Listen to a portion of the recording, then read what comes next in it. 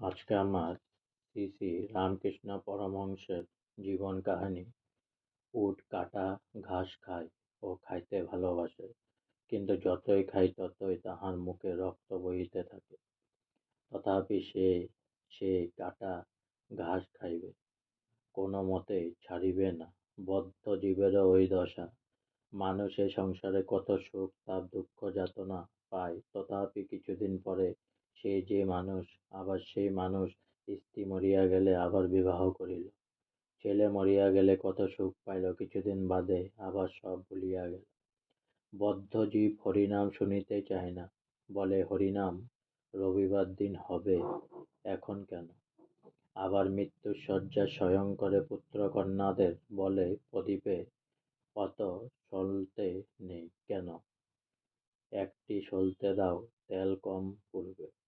ঈশ্বর জেনে চিনির পাহাড়, তার কাছে গিয়ে খুদে পিঁপড়ে একটি ছোট দানা নিলে ঢেউ পিঁপড়ে না হয়, তার চেয়ে একটু বড় দানা নিলে কিন্তু পাহাড় যেমন তেমনই রইল।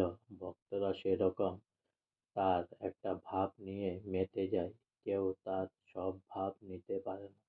সাধুসঙ্গ চালের জলের মতো, চালের জলের নেশা কাটায়।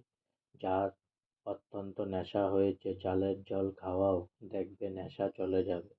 সংসার মদে মত্ত জীবের নেশা কাটবার একমাত্র উপায় সাধুসঙ্গ।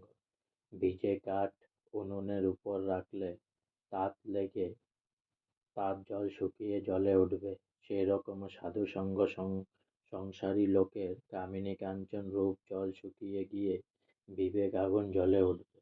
কামারশালায় আগুন যেমন জাতা টেনে মাঝে মাঝে তাইরে তাইরে রাখে, সেইরকম সাধুসঙ্গ করে মনকে তাইরে রাখা উচিত। আজকে আমার শ্রী শ্রী রামকৃষ্ণ পরমহংসের জীবন কাহিনী এখানেই সমাপ্ত হলো। তাই অনেক অনেক সাবস্ক্রাইব করুন আমার চ্যানেলটি, অনেক অনেক লাইক করুন প্লিজ।